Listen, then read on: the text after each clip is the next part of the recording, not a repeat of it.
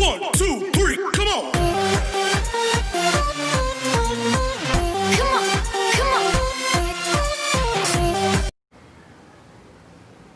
Hello મિત્રો, કેમ છો? હું છું ડૉક્ટર મુશીર મંસૂરી. તમે જોઈ રહ્યા છો મારી ચેનલ ગુજરાતી બાયોલોજી નીટ.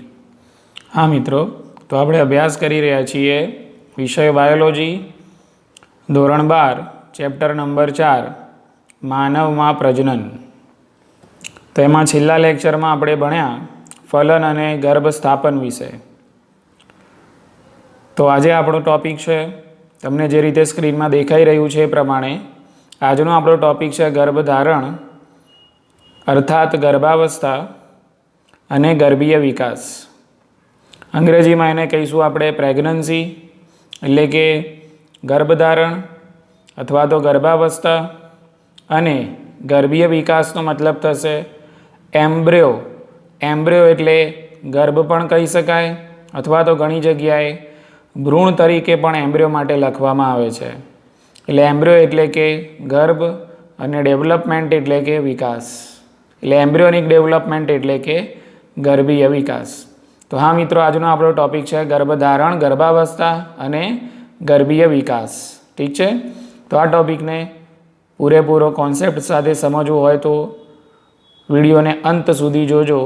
તમને આ મુદ્દાના બધા જ પાસા છે ખૂબ જ સરસ રીતે સમજાઈ જશે. તો ચાલો મિત્રો, આપણે હવે શરૂઆત કરીએ આજનો આપણો ટૉપિક ગર્ભધારણ અને ગર્ભ વિકાસ.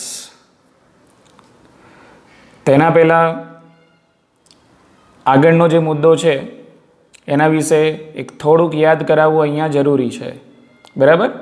તો એના આગળનો મુદ્દો હતો ફલન અને ગર્ભસ્થાપન. કે તો એમાં આપણે શું જોયું એની આપણે વાત કરી લઈએ. તો દાખલા તરીકે આપણે એમાં જોયું કે આ છે ગર્ભાશય. આ ગર્ભાશય છે, બરાબર? કે આ હું ગર્ભાશય દોરું છું.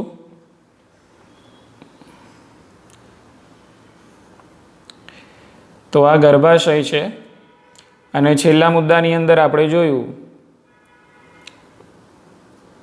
કે ગર્ભાશય છે એની દિવાલ 3 સ્તરોની બનેલી છે. હા મિત્રો, કેટલા સ્તરોની છે? 3 સ્તરોની. આ ગર્ભાશય છે, ગર્ભાશયની દિવાલ છે, આ દિવાલ છે, એક આ દિવાલ, એક આ 2 અનુપ્રસ્થ દિવાલો છે, બરાબર? એક અનુપ્રસ્થ દિવાલ છે અને 2 આયામ દિવાલો છે, બરાબર? અથવા તો પાર્શ્વીય દિવાલો આપણે કહી શકીએ. અને છેલ્લા મુદ્દાની અંદર આપણે જોયું કે ગર્ભકોષ્ઠ કોથળી છે, એટલે કે આ રહી ગર્ભકોષ્ઠ કોથળી, બરાબર? આમે દોરી ગર્ભકોષ્ઠ કોથળી. તો ગર્ભકોષ્ઠ કોથળીનું સ્થાપન ક્યાં થાય છે? ગર્ભાશયની દિવાલનું આ જે અંતઃસ્તર જેને આપણે કહીએ છીએ એન્ડોમેટ્રિયમ. તો એન્ડોમેટ્રિયમમાં આ ગર્ભકોષ્ઠ કોથળીનું સ્થાપન થાય છે. ઠીક છે મિત્રો? ચાલો હવે આપણે આગળ વધવાનો પ્રયત્ન કરીએ, બરાબર? ઓકે, તો હવે આટલું ચિત્ર છે, સમજી લો આટલું ચિત્ર કે જેમાં આ ગર્ભકોષ્ઠ કોથળી દેખાઈ રહી છે, અને આ ગર્ભકોષ્ઠ કોથળીમાં, અને આ જે ગર્ભકોષ્ઠ કોથળી છે એનું સ્થાપન આ ગર્ભાશયનું અંતઃસ્તર એટલે એન્ડોમેટ્રિયમ છે એમાં થયેલું છે. ઠીક છે? હવે આટલું ચિત્ર આપણે ઝૂમ કરીને દોરવાનો પ્રયત્ન કરીએ, બરાબર? અથવા તો માની લો કે તમે આ ગર્ભકોષ્ઠ કોથળી છે, એ ગર્ભકોષ્ઠ કોથળી ગર્ભાશયની આ ઉપરની દિવાલમાં, આ જે 3 દિવાલો છે એમાંથી કોઈ પણ દિવાલમાં ગર્ભનું સ્થાપન થઈ શકે છે. પણ યાદ એટલું રાખવાનું કે ગર્ભકોષ્ઠ કોથળીનું સ્થાપન ગર્ભાશયના અંતઃસ્તર એટલે એન્ડોમેટ્રિયમમાં થાય છે. કે ચાલો હવે આગળ વધીએ આપણે. તો અહીંયા માની લો કે આ છે ગર્ભાશયનું અંતઃસ્તર. આ છે ગર્ભાશયનું અંતઃસ્તર જે અહીંયા આ આપણને દેખાય છે, જેને હું કહું છું એન્ડોમેટ્રિયમ, બરાબર? ઓકે, હવે આ દોરી રહ્યો છું, આ જે છે, બરાબર, એ છે ગર્ભકોષ્ઠ કોથળી. આ છે ગર્ભકોષ્ઠ કોથળી. અને ગર્ભકોષ્ઠ કોથળીની રચનામાં આપણે જોયું કે ગર્ભકોષ્ઠ કોથળી છે એ ગર્ભકોષ્ઠ કોથળીમાં પરિઘ વિસ્તારમાં પોષક સ્તરના કોષોનું સ્તર આવેલું હોય છે. એટલે આ જે હું કોષો દોરી રહ્યો છું એ મિત્રો પોષક સ્તરના કોષો છે. બરાબર. તો પરિઘ વિસ્તારમાં શું છે? પોષક સ્તરના કોષો છે. બરાબર. અને પોષક સ્તરના કોષોની અંદર શું આવેલું હતું મિત્રો? અંતઃકોષ સમૂહો. બરાબર. તો આ જે મેં કોષો દોર્યા એ છે અંતઃકોષ સમૂહો. બરાબર. અને આની અંદર જે તમને જગ્યા દેખાય છે એની અંદર ભરેલું હતું પોષક પ્રવાહી. બરાબર. તો આ રીતે કંઈક આ તમે સમજી લો કે આ ગર્ભાશયનું અંતઃસ્તર છે અને આ ગર્ભાશયના અંતઃસ્તરમાં આ જે અંતઃસ્તર છે એની અંદર આ રીતે આ ગર્ભકોષ્ઠ કોથળીનું શું થયેલું છે? સ્થાપન થયેલું છે. અને આ ગર્ભકોષ્ઠ કોથળીની પરિઘ વિસ્તારમાં આ જે કોષોનું સ્તર દેખાય છે બરાબર એને પોષક સ્તરનું સ્તર કહેવાય છે. એટલે કે કયા કોષો છે? પોષક સ્તરના કોષો. પોષક સ્તરના કોષો આપણને જોવા મળે છે. બરાબર. જેને કહેવાય છે ટ્રોફોબ્લાસ્ટ. એને શું કહેવાય? ટ્રોફોબ્લાસ્ટ. બરાબર. ઓકે. હવે શું થાય છે ધ્યાન રાખો કે આ ગર્ભકોષ્ઠ કોથળીના પોષક સ્તરના જે કોષો આ ગર્ભાશયના અંતઃસ્તરના સંપર્કમાં છે એ. બરાબર. તો આ ટ્રોફોબ્લાસ્ટ એટલે કે આ જે પોષક સ્તરના કોષો છે એ પોતાની સપાટી ઉપર આંગળી જેવા પ્રવર્ધો પેદા કરે છે. બરાબર. એટલે માની લો કે આ રીતે હું 1 by 1 તમને સ્ટેજ વાઇઝ સમજાવું છું. બરાબર. કે હવે આ ચિત્રને હજુ વધારે મોટું કરીને બતાવું છું. બરાબર. આ રીતે આ પોષક સ્તરનો કોષ છે. આ એક કોષ છે એ મેં અહીંયા દોર્યો. બરાબર. આ પોષક સ્તરનો કોષ છે કે હવે તમે જોઈ શકો છો અહીંયા આ પોષક સ્તરના જે કોષો છે બરાબર તે પોષક સ્તરના કોષોની સપાટી પર તમે જોઈ શકો છો આ રીતે શું પેદા થઈ રહ્યા છે? આંગળી જેવા પ્રવર્ધો પેદા થઈ રહ્યા છે. બરાબર. કે તો આ રીતે જો હું દોરું છું આ પોષક સ્તર દોરી રહ્યો છું. ઠીક છે મિત્રો. ઓકે. સમજો. બરાબર. ખ્યાલ આવી ગયો? સમજશો તો બધું જ ખબર પડી જશે. તો આ જે મેં દોર્યું આ શું છે? પોષક સ્તરના કોષોનું સ્તર. બરાબર. એટલે કે આ સ્તર મેં અહીંયા દોર્યું. ઓકે. હવે અહીંયા આની આજુબાજુ તમે જો આની આજુબાજુ શું છે? એન્ડોમેટ્રિયમ. આની આજુબાજુ શું છે? એન્ડોમેટ્રિયમ છે આ રીતે. બરાબર. એટલે કે જે ગર્ભાશયની પેશીઓ છે એનું સ્તર બનેલું છે. ઓકે. તો અહીંયા ધ્યાન રાખશું આપણે કે આ જે પોષક સ્તરના કોષો છે બરાબર એ પોષક સ્તરના કોષો પોતાની સપાટી પર તમે જો આ રીતે આ આંગળી જેવા પ્રવર્ધો પેદા કરે છે અને આંગળી જેવા પ્રવર્ધો જે પેદા થયા છે એને જરાયુજ અંકુર તરીકે ઓળખવામાં આવે છે. એને શું કહીશું મિત્રો? જરાયુજ અંકુર. બરાબર. ધ્યાન રાખજો. બરાબર. તો આ જે જરાયુજ અંકુર છે એને અંગ્રેજીમાં કોરિયોનિક વિલાય કહેવાય. જરાયુજ અંકુરને અંગ્રેજીમાં કોરિયોનિક વિલાય તરીકે ઓળખવામાં આવે છે. બરાબર. કે તો જરાયુજ અંકુર શું છે ધ્યાન રાખશું. તો જરાયુજ અંકુર આ પોષક સ્તરના કોષો છે. પોષક સ્તરના કોષો પોતાની સપાટી ઉપર શું પેદા કરે છે? આંગળી જેવા પ્રવર્ધો પેદા કરે છે અને આ જે આંગળી જેવા પ્રવર્ધો છે એને જરાયુજ અંકુર તરીકે ઓળખવામાં આવે છે. બરાબર. હવે તમે જુઓ અહીંયા. બરાબર. આ જે જરાયુજ અંકુર છે આ જે જરાયુજ અંકુર છે બરાબર એની આસપાસ તમે જોશો તેની આસપાસ આ જે ફરતો વિસ્તાર છે ત્યાં તો શું છે? તો આ જરાયુજ અંકુર છે એની આસપાસ તો ગર્ભાશયનું જે અંતઃસ્તર છે એટલે એન્ડોમેટ્રિયમ એની પેશીઓ ઘેરી વળેલી છે આ રીતે. બરાબર. એટલે દાખલા તરીકે જોવા જઈએ બરાબર તો અહીંયા તમને આંગળીના ઈશારે સમજાવું છું. બરાબર. કે ભાઈ આ શું છે? આ છે જરાયુજ અંકુર. બરાબર. અને એની ઉપર આ છે જરાયુજ અંકુર. એની ઉપર આ રીતે આવે છે ગર્ભાશયની અંતઃસ્તરની પેશીઓ. બરાબર. તો આ જરાયુજ અંકુર અને ગર્ભાશયની આ જે અંતઃસ્તરની પેશીઓ છે આ એકબીજાની અંદર શું થઈ જાય છે? એકબીજાની અંદર સંકલિત થઈ જાય છે અને સંકલિત થવાના કારણે અહીંયા એક સ્તરની રચના થાય છે આ રીતે. બરાબર. આ શું બન્યું? એક જંક્શન બને છે. અહીંયા જરાયુજ અંકુર કે જે પોષક સ્તરમાંથી પેદા થાય છે એ, બરાબર, અને એની બહારની બાજુ છે ગર્ભાશયના અંતઃસ્તર એટલે કે એન્ડોમેટ્રિયમની પેશીઓ અને રુધિર વાહિનીઓ, બરાબર. તો અહીંયા હું લખું છું આ શું છે? એન્ડોમેટ્રિયમની, બરાબર, પેશીઓ, અથવા તો તમે એમ કહી શકો ગર્ભાશયની પેશીઓ, ગર્ભાશયની પેશીઓ, બરાબર. ઓકે, વત્તા અહીંયા શું હોય છે? રુધિર વાહિનીઓ, રુધિર વાહિનીઓ, બરાબર. તો આ પોષક સ્તરના જે જરાયુજ અંકુરો છે એ, અને એમની ફરતે અહીંયા શું આવી સંકલિત થયેલી હોય છે એમની આજુબાજુની જગ્યામાં? ગર્ભાશયની એટલે કે અંતઃસ્તર એટલે એન્ડોમેટ્રિયમની પેશીઓ અને એની સાથે રુધિર વાહિનીઓ. તો આ બધું એકબીજા સાથે શું થાય છે? સંકલિત થાય છે અને એક જંક્શન, બરાબર, એક જંક્શન જેવી રચના બનાવે છે. તો આ જે સ્તરની સ્થાપના થઈ, બરાબર, તો એને આપણે કહીએ છીએ જરાયુ. એને શું કહેવામાં આવે છે? એને જરાયુ તરીકે ઓળખવામાં આવે છે, બરાબર. અને આ જરાયુ એટલે અંગ્રેજીમાં આને કહેવાય પ્લાસેન્ટા. શું કહેવાય આને? પ્લાસેન્ટા, બરાબર ને? કે તો મિત્રો આ મુદ્દાની અંદર આપણે આ સમજવાનું હતું, બરાબર, કે અહીંયા ગર્ભકોષ્ઠ કોથળીનું અહીંયા સ્થાપન થઈ ગયા પછી શાનું નિર્માણ થાય છે? જરાયુનું નિર્માણ થાય છે, બરાબર. ઓકે, અને જરાયુનું નિર્માણ કઈ રીતે થયું? તો અહીંયા તમે સમજો કે આ ગર્ભકોષ્ઠ કોથળી છે, બરાબર. તો અહીંયા મેં દોરી થોડીક મોટી કરીને, તો ગર્ભકોષ્ઠ કોથળીની બહારની બાજુ પોષક સ્તરના કોષો આવેલા છે જેને ટ્રોફોબ્લાસ્ટ કહેવાય છે. હવે હજુ વધારે સમજાય માટે હજુ વધારે મોટી આકૃતિ દોરી મેં, તો પોષક સ્તરના કેટલાક કોષો પોતાની સપાટી ઉપર આંગળી જેવા પ્રવર્ધો પેદા કરે છે. એને શું કીધું આપણે?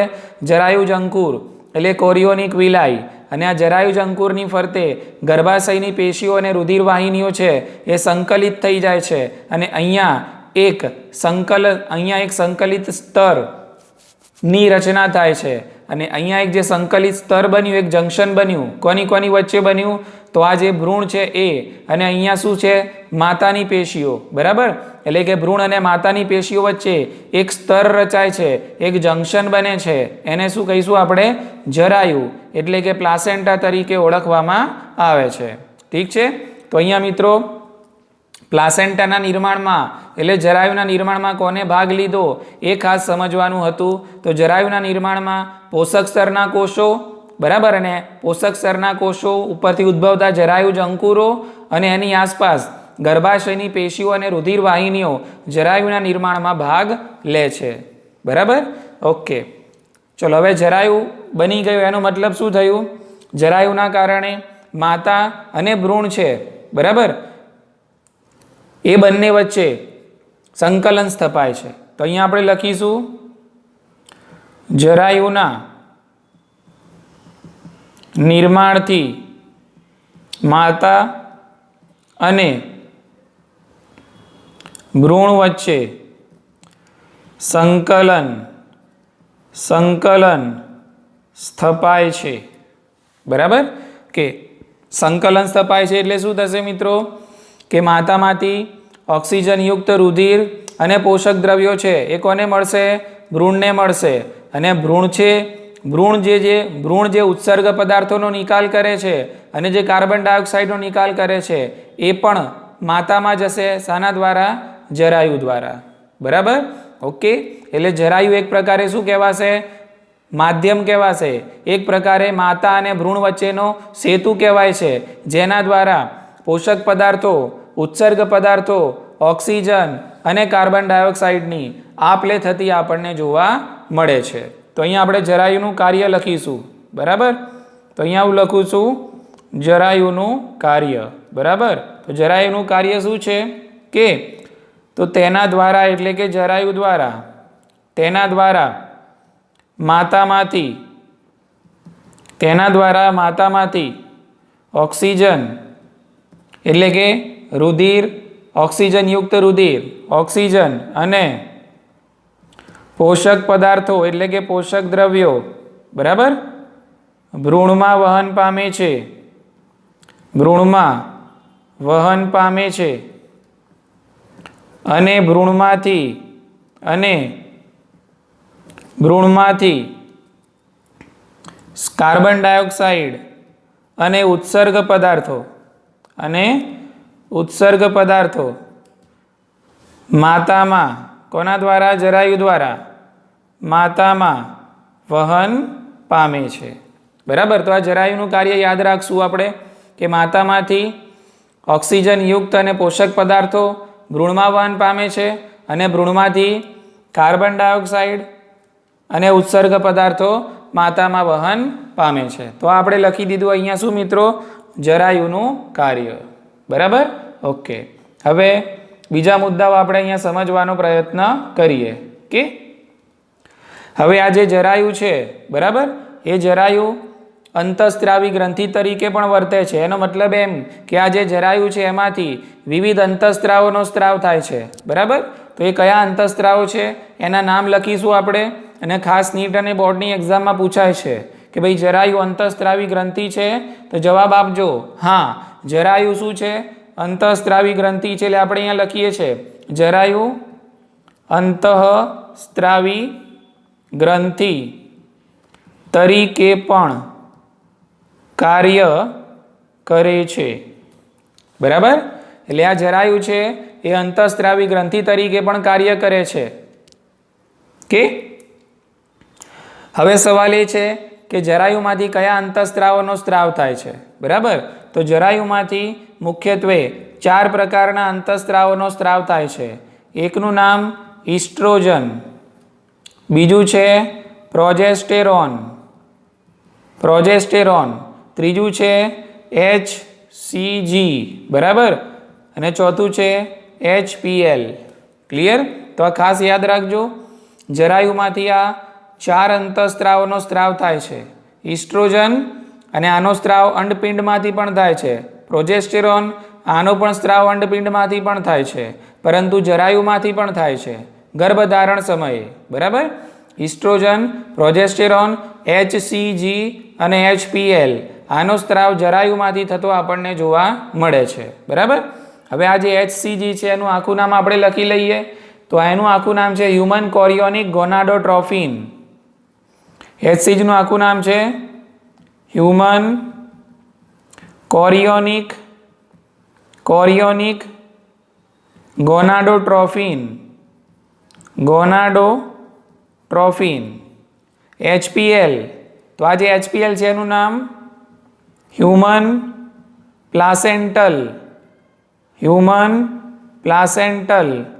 લેક્ટોજન્સ. બરાબર. તો આ નામ યાદ રાખજો ખાસ. આ નામ પણ ફક્ત બોર્ડ અને નીટની એક્ઝામમાં પૂર્ણ નામ લખો એ તરીકે પૂછાતા હોય છે.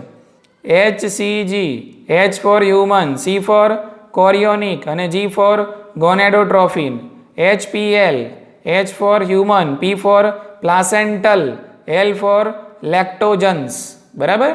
તો આ જરાયુમાંથી ગર્ભાવસ્થા દરમિયાન આ 4 અંતઃસ્ત્રાવોનો સ્ત્રાવ જોવા મળે છે. ઇસ્ટ્રોજન, પ્રોજેસ્ટેરોન, HCG અને HPL. ઠીક છે મિત્રો? ઓકે. ચાલો હવે આપણે સમજવાનો પ્રયત્ન કરીએ કે બીજા કયા અંતઃસ્ત્રાવો છે એમનું પ્રમાણ ગર્ભાવસ્થા દરમિયાન વધારે રહે છે. બરાબર. ઓકે. તો બીજા પણ એવા અંતઃસ્ત્રાવો છે કે જેમનું પ્રમાણ ગર્ભાવસ્થા દરમિયાન વધુ આપણને જોવા મળે છે. બરાબર. કે તો અહીંયા આપણે મુદ્દો બનાવીએ છીએ કેટલાક અંતઃસ્ત્રાવોનું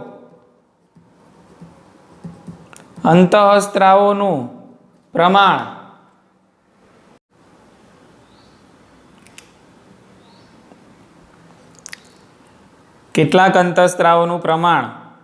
ગર્ભાવસ્થા દરમિયાન સ્ત્રીની અંદર વધારે જોવા મળે છે.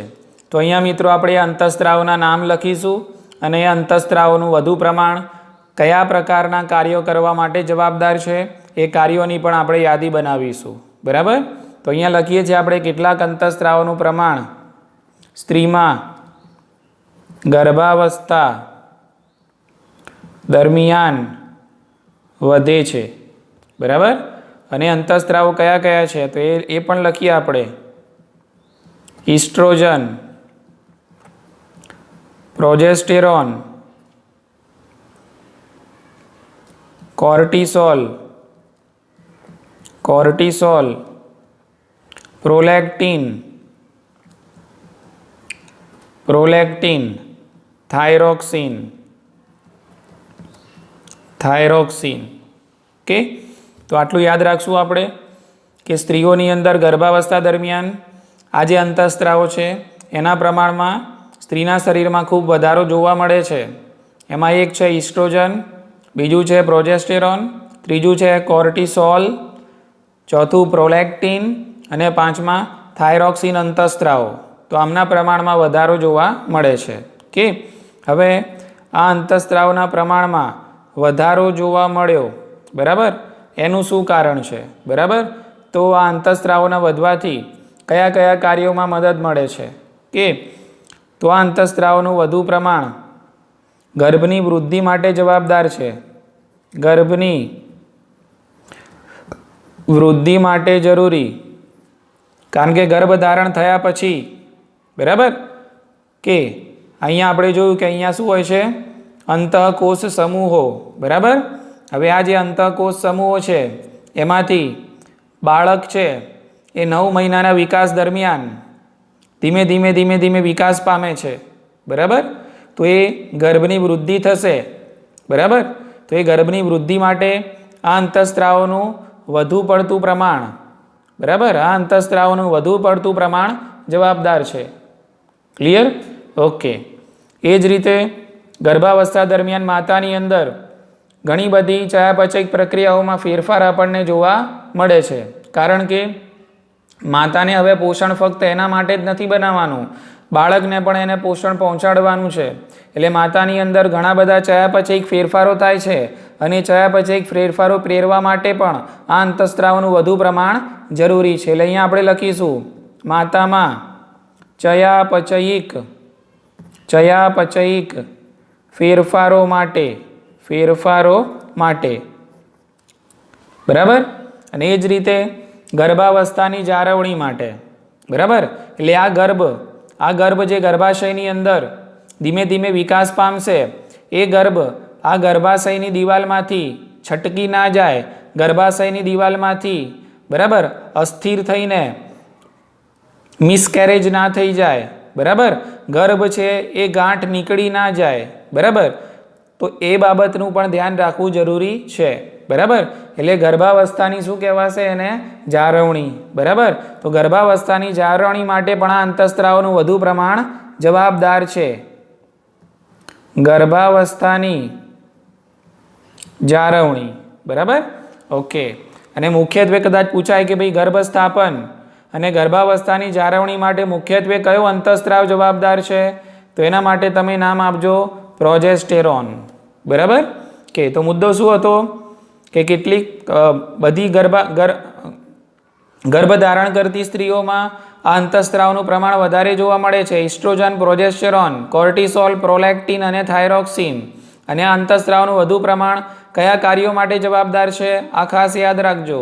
ગર્ભની વૃદ્ધિ માટે, માતામાં થતા ચયાપચયિક ફેરફારો માટે અને ગર્ભાવસ્થાની જાળવણી માટે આ અંતઃસ્ત્રાવોનું ઊંચું પ્રમાણ જવાબદાર છે. ઠીક છે? ચાલો હવે આપણે આગળ વધીએ. કે હવે અહીંયા જુઓ, આ છે અંતઃકોષ સમૂહો, બરાબર. હવે આ જે અંતઃકોષ સમૂહો છે, આ જે અંતઃકોષ સમૂહો છે એ અંતઃકોષ સમૂહોમાંના કેટલાક શું હોય છે? સ્ટેમ કોષો તરીકે ઓળખાતા હોય છે. કેટલાક સ્ટેમ કોષો તરીકે ઓળખાય છે, બરાબર. અને એ સ્ટેમ કોષો છે શરીરના બધા જ અંગ અને ઉપાંગોના વિકાસ માટે જવાબદાર છે. ઠીક છે? એટલે આ પિક્ચર હું ફરીથી અહીંયા દોરું છું, ધ્યાન રાખજો, બરાબર. કે હવે સમજવા માટે દોરું છું, ફટાફટ ધ્યાન રાખશું આપણે, બરાબર. ઓકે. તો આ છે ગર્ભાશય. આ જે દોરી રહ્યો છું એ શું છે? આ ગર્ભાશય છે, બરાબર. કે અને એની અંદર આ છે ગર્ભ. ઓકે. હવે આ જે છે હું દોરી રહ્યો છું, ધ્યાન રાખજો, આ છે અંતસ્તર અને આની અંદર છે આ જરાયુ જ અંકુરો. એટલે અહીંયા છે જરાયુ. આ શું છે? જરાયુ, બરાબર. કે હવે અહીંયા આ રીતે સમજી લો કે ગર્ભ વિકાસ પામી રહ્યો છે, બરાબર. તો આ જરાયુ ગર્ભ જે વિકાસ પામી રહ્યો છે એની સાથે શાના વડે જોડાય છે?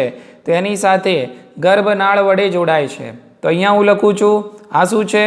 તો આ ગર્ભનાળ છે અને ગર્ભનાળની અંદર રુધિર વાહિનીઓ આવેલી હોય છે. એટલે અહીંયા હું લખીશ રુધિર વાહિનીઓ યુક્ત ગર્ભનાળ. બરાબર? તો આ શું છે? ગર્ભનાળ છે. તો ગર્ભનાળનું કાર્ય શું છે?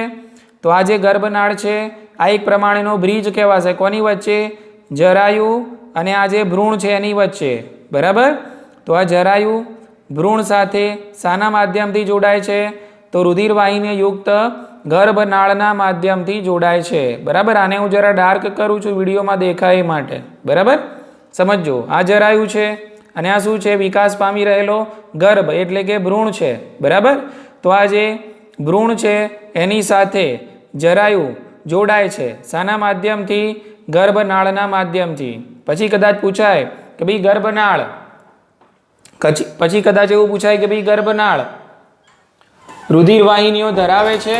તો આપણે જવાબ આપશું હા, આ ગર્ભનાળ છે રુધિર વાહિનીઓ ધરાવે છે. અને આ ગર્ભનાળ છે એ જરાયુ અને આ વિકાસ પામતો ભ્રૂણ છે એની વચ્ચે ઘણા બધા પદાર્થોના વહન માટે જવાબદાર છે.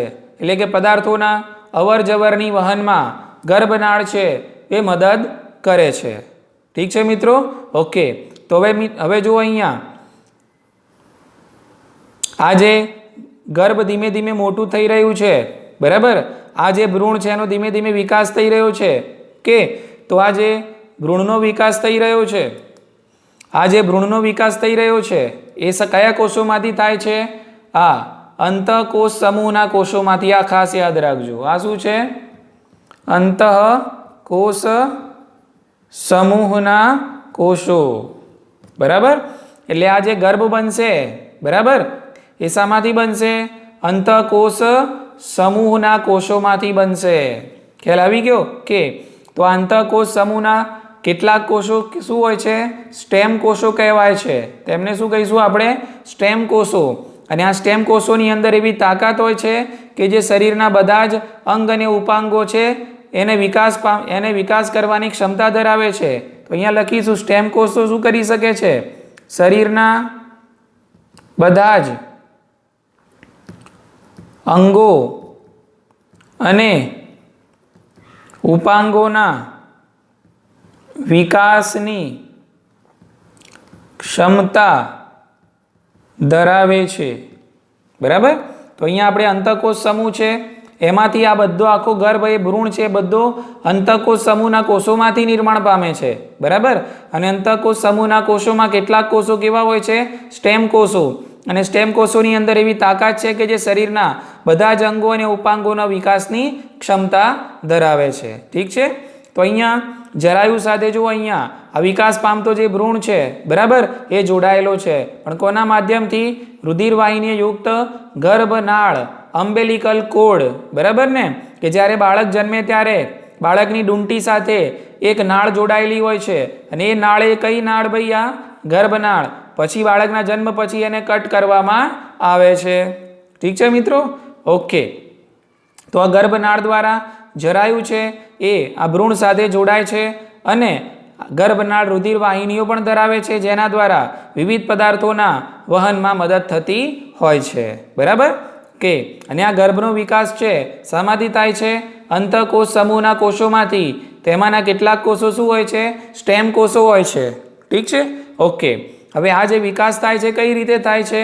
તો આ જે અંતઃકોષ સમૂહના કોષો છે એ વિભેદન પામવાનું શરૂ કરે છે. બરાબર?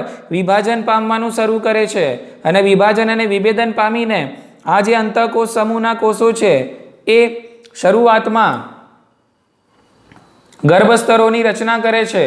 કે તો સૌથી પહેલા એ બનાવે છે બાહ્ય ગર્ભસ્તર. બાહ્ય ગર્ભસ્તર. બરાબર? બનાવે છે અંતઃગર્ભસ્તર. અંતઃગર્ભસ્તર.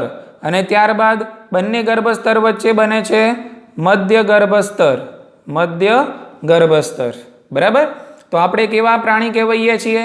ત્રિગર્ભસ્તરીય. કેમ? કે આપણું શરીર છે, આપણા શરીરના બધા અંગો છે આ 3 ગર્ભસ્તરોમાંથી વિકાસ પામે છે. બાહ્ય ગર્ભસ્તર, મધ્ય ગર્ભસ્તર અને અંતઃ ગર્ભસ્તર. ઠીક છે કે તો સૌપ્રથમ આ જે અંતઃકોષ સમૂહ, આ જે અંતઃકોષ સમૂહના જે કોષો છે એ વિભાજન પામે છે અને વિભેદન પામે છે અને ગર્ભસ્તરોની રચના શરૂ કરે છે.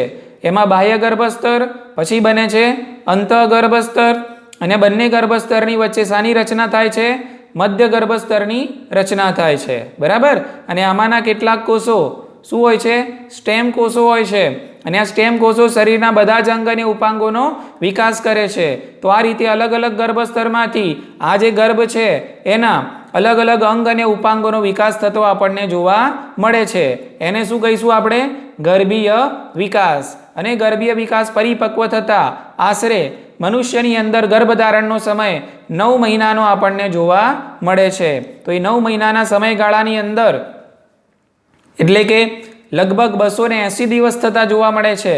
તો એ જે 9 મહિનાનો જે સમયગાળો છે, સમયગાળાની અંદર બાહ્ય, મધ્ય અને અંતઃ 3 ગર્ભસ્તરોમાંથી શરીરના બધા જ અંગ ઉપાંગોનો અને શરીરના બધા જ અંગતંત્રોનો સંપૂર્ણ અને પરિપક્વ વિકાસ આપણને જોવા મળે છે. બોલો મિત્રો, સમજી ગયા? ઓકે, ચાલો હવે આપણે આગળ વધીએ.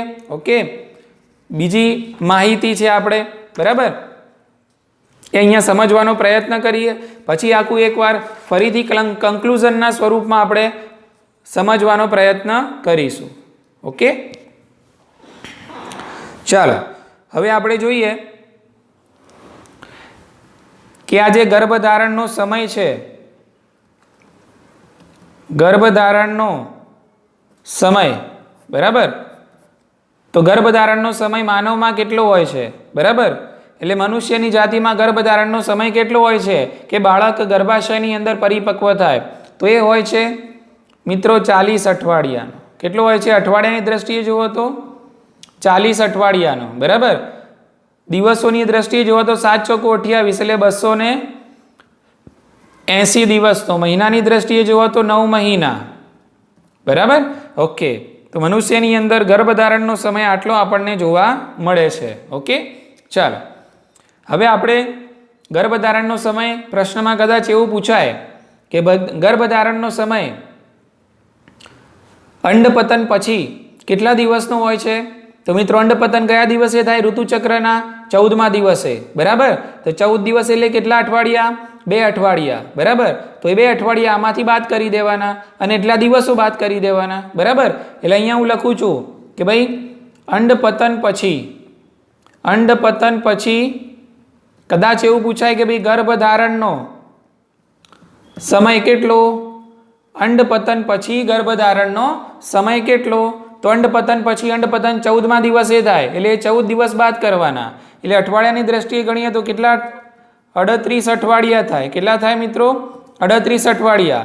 280 દિવસની અંદર 14 દિવસ બાદ કરશું આપણે એટલે કેટલા થશે? 266 દિવસ. ઓકે, તો 38 અઠવાડિયા અને 266 દિવસ એ પણ ગર્ભધારણનો સમય કહેવાશે, પણ ક્યારે? અંડપતન પછી.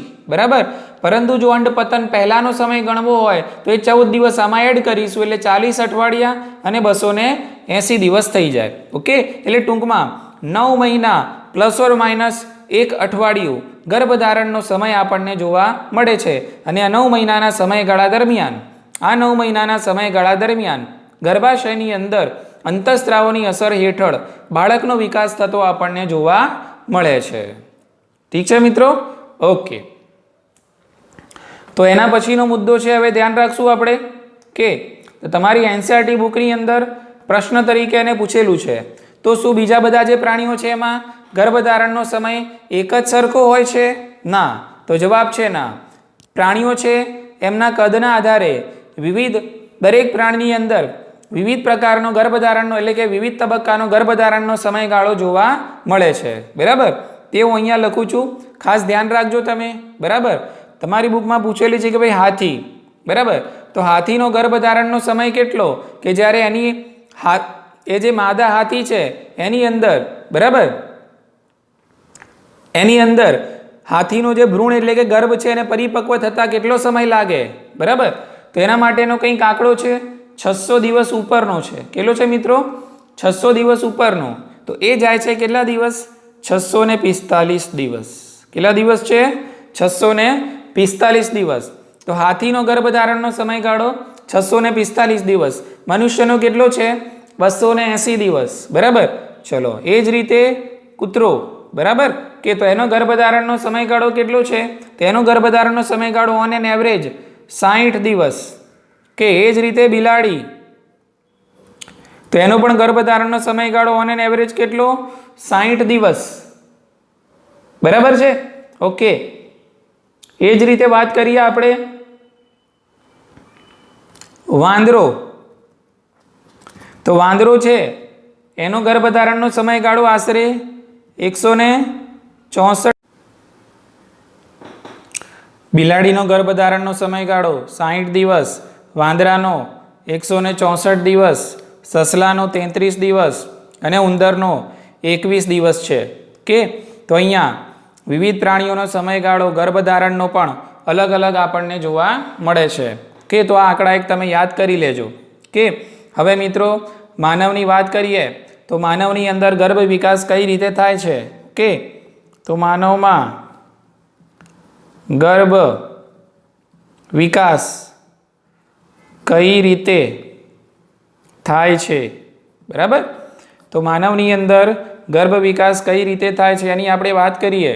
એટલે જેમ જેમ માતાના ગર્ભાશયની અંદર ગર્ભ એટલે કે ભ્રૂણનો વિકાસ થતો જશે. દાખલા તરીકે ભ્રૂણ 1 મહિનાનું છે તો કયા પ્રકારના ચેન્જીસ આવે છે?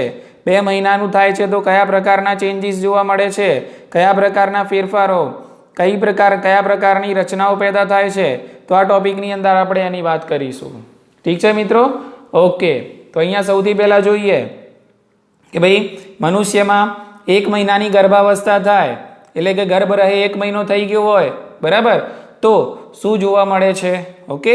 તો અહીંયા આપણે જોઈશું 1 મહિનાની ગર્ભાવસ્થા બાદ, તો 1 મહિનાની ગર્ભાવસ્થા બાદ ભ્રૂણનું હૃદય નિર્માણ પામે છે. શું યાદ રાખશો? ભ્રૂણનું હૃદય નિર્માણ પામે છે. બરાબર. 1 મહિનાનું જ્યારે ગર્ભ થાય તો ભ્રૂણનું હૃદય નિર્માણ પામતું હોય છે. બરાબર. ઓકે. અને એની પ્રથમ નિશાની છે સ્ટેથોસ્કોપ દ્વારા અવાજ ધ્યાનથી સંભળાવો તે છે. બરાબર. કે એટલે પહેલા મહિને ભ્રૂણનું હૃદય નિર્માણ પામે છે અને જો તમે સ્ટેથોસ્કોપનો ઉપયોગ કરો, બરાબર, સ્ટેથોસ્કોપ આપણને ખ્યાલ છે શું છે? બરાબર. તો હૃદયના ધબકારા સાંભળવાનું એક સાધન છે. કે તો સ્ટેથોસ્કોપ દ્વારા હૃદયના ધબકારા સંભળાય છે. બરાબર. તો સ્ટેથોસ્કોપ દ્વારા હૃદયના ધબકારા સંભળાય છે. તો મિત્રો 1 મહિનાની ગર્ભાવસ્થા બાદ ભ્રૂણનું હૃદય નિર્માણ પામે છે અને સ્ટેથોસ્કોપ દ્વારા હૃદયના ધબકારા પણ એટલે કે ભ્રૂણના ગર્ભના હૃદયના ધબકારા સાંભળી શકાય છે અને એની પહેલી નિશાની ગણવામાં આવે છે.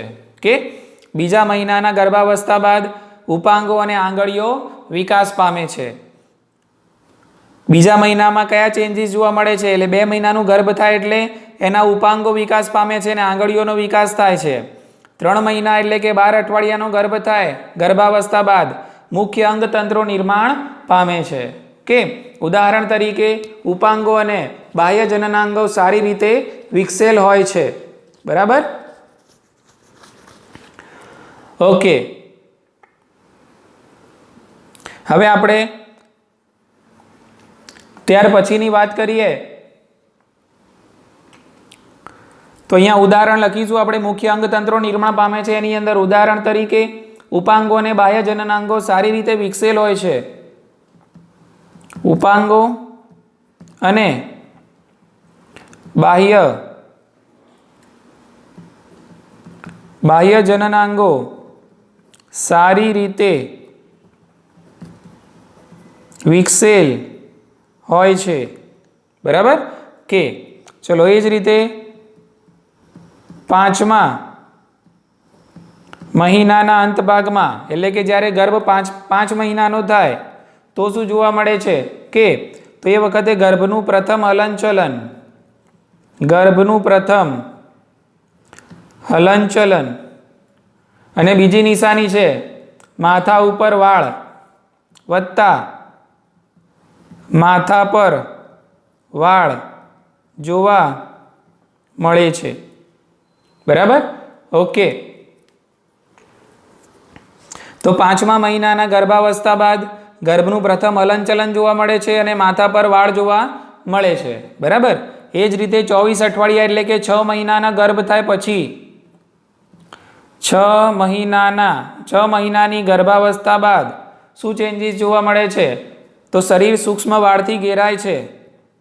એનું આખું શરીર છે એ સૂક્ષ્મ વાળથી ઘેરાય છે. આંખના પોપચા અલગ થાય છે. આ બધા બહુ જ અગત્યના લક્ષણો છે. આંખના પોપચા અલગ થાય છે અને પાંપણોનું નિર્માણ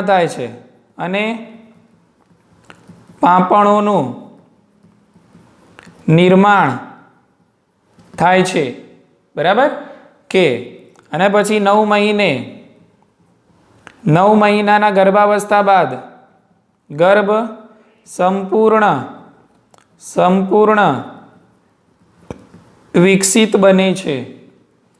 બરાબર? અને પ્રસૂતિ માટે પછી ગર્ભ છે એ તૈયાર થાય છે. કે તો મિત્રો અહીંયા આ વસ્તુ ધ્યાન રાખજો કે ભાઈ ગર્ભ વિકાસ કઈ રીતે થાય છે તો અલગ અલગ મહિને આપણને અલગ અલગ પ્રકારની નિશાનીઓ જોવા મળે છે. તો આ પ્રકારે નિશાનીઓ પ્રમાણે જો ગર્ભનો વિકાસ થઈ રહ્યો હોય એનો મતલબ એમ કે ગર્ભ એટલે કે ભ્રૂણ છે તંદુરસ્ત રીતે વિકાસ પામી રહ્યો છે.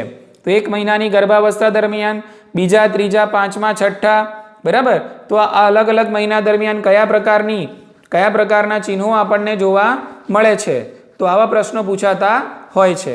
દાખલા તરીકે પાંપણોનું નિર્માણ કયા મહિનાની ગર્ભાવસ્થા બાદ જોવા મળે છે તો 6 મહિનાની ગર્ભાવસ્થા થાય ત્યારબાદ પાંપણોનું નિર્માણ થાય છે. એટલે 6ઠ્ઠા મહિને એટલે ગર્ભ કેટલા મહિનાનો હોય 6 મહિનાનો હોય ત્યારે આપણને એ જોવા મળે છે. ઠીક છે મિત્રો?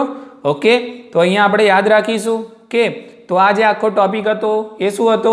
ગર્ભધારણ, ગર્ભાવસ્થા અને ગર્ભ વિકાસ. કે તો હવે આપણે ફાસ્ટ ફોરવર્ડ 2 મિનિટમાં જે સમજ્યા છે એટલે કે આ 2 મિનિટની અંદર ફરીથી આપણે ફાસ્ટ ફોરવર્ડમાં આખો ટોપિક એકવાર ફરીથી સમજી લઈએ. ધ્યાન રાખજો મિત્રો. કે તો ટોપિક હતો ગર્ભધારણ, ગર્ભાવસ્થા અને ગર્ભ વિકાસ, અંગ્રેજીમાં pregnancy and embryonic development. Clear? કે તો અહીંયા આપણે ફલન અને ગર્ભસ્થાપનવાળા મુદ્દામાં જોયેલું કે ગર્ભકોષ્ઠ કોથળીનું ગર્ભાશયનું આ જે અંતઃસ્તર છે, બરાબર, એ અંતઃસ્તરની અંદર ગર્ભકોષ્ઠ કોથળીનું સ્થાપન થાય છે. ગર્ભકોષ્ઠ કોથળીની બહારની બાજુ હોય છે પોષક સ્તરના કોષો. કે અને આ પોષક સ્તરના કોષોની અંદર હોય છે અંતઃકોષ સમૂહના કોષો. પોષક સ્તરના કોષો છે પોતાની સપાટી ઉપર આંગળી જેવા પ્રવર્ધોનું નિર્માણ કરે છે. એને જરાયુજ અંકુર તરીકે ઓળખવામાં આવે છે. અંગ્રેજીમાં એને કોરિયોનિક વિલાય તરીકે ઓળખવામાં આવે છે. જરાયુજ અંકુરની ફરતે ગર્ભાશયની પેશીઓ અને રુધિરવાહિનીઓ ઘેરી વળે છે. બરાબર? અને એક મજબૂત સેતુ, એક મજબૂત બંધ જેવી રચના બને છે જેને જરાયુ એટલે કે પ્લાસેન્ટા તરીકે ઓળખવામાં આવે છે. અને આ જરાયુજ છે કે હવે આ જે જરાયુ છે એનું કામ શું?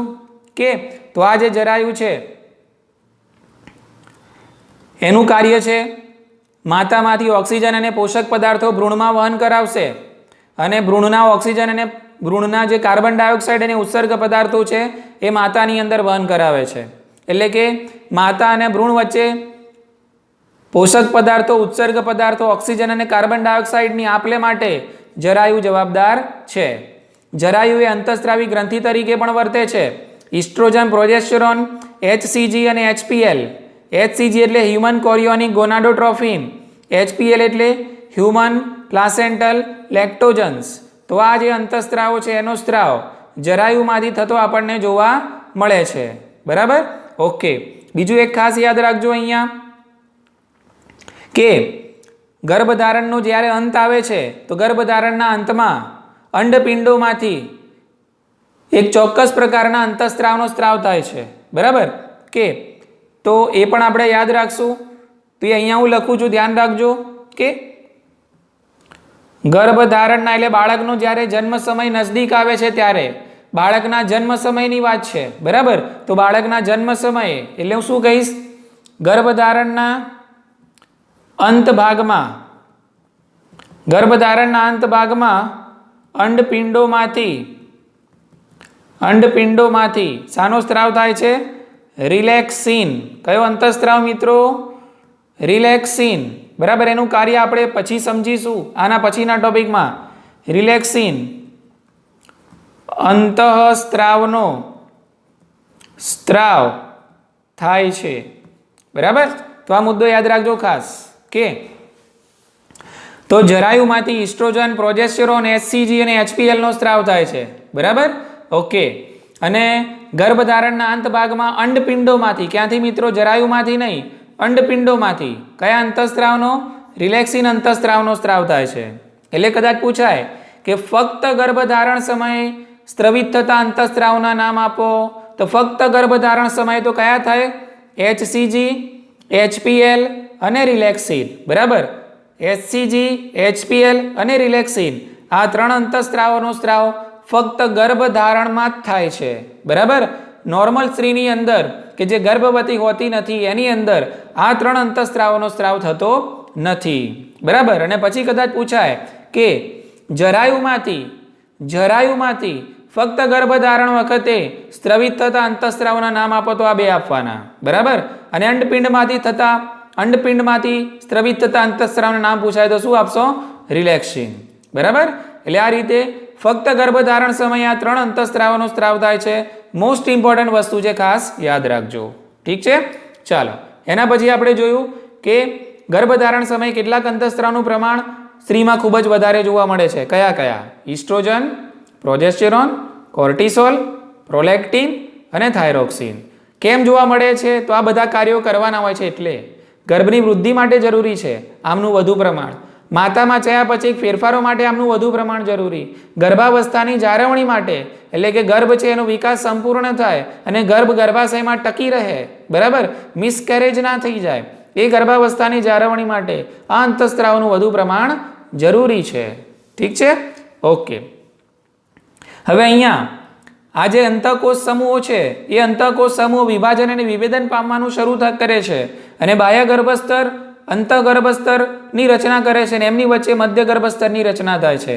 અને અંતઃકોષ સમૂહના કેટલાક કોષો સ્ટેમ કોષો ધરાવે છે અને આ સ્ટેમ કોષો શરીરના બધા જ અંગ અને ઉપાંગોના વિકાસ કરવાની ક્ષમતા ધરાવે છે. ઠીક છે, તો આ રીતે તમે જોશો તો આ રીતે કંઈક આપણને ગર્ભાશયની અંદર ઉછળતું નાનું ગર્ભ જોવા મળે છે.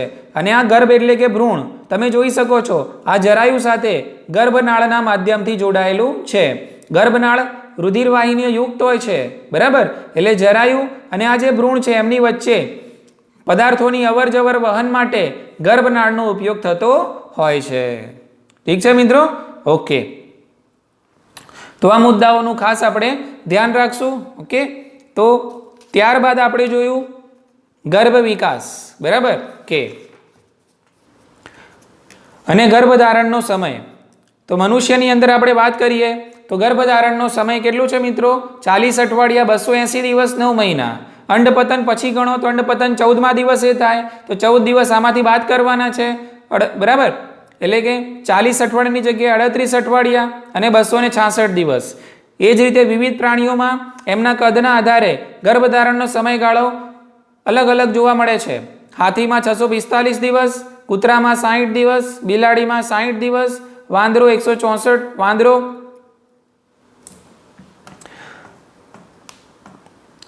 એટલે કે રીસસ મંકી. બરાબર, તો રીસસ મંકીની અંદર 164 દિવસ, સસલું 33 દિવસ, ઉંદર 21 દિવસ. ઠીક છે, ઓકે. તો આ રીતે અલગ અલગ ગર્ભધારણનો સમયગાળો આપણને જોવા મળે છે.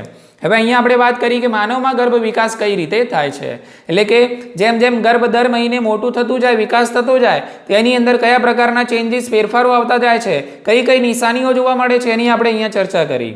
તો ગર્ભ જ્યારે 1 મહિનાનું થાય ત્યારે એનું હૃદય નિર્માણ પામે છે અને સ્ટેથોસ્કોપ દ્વારા તમે હૃદયના ધબકારા સરળતાથી સાંભળી શકો છો. એ પહેલી નિશાની કહેવામાં આવે છે.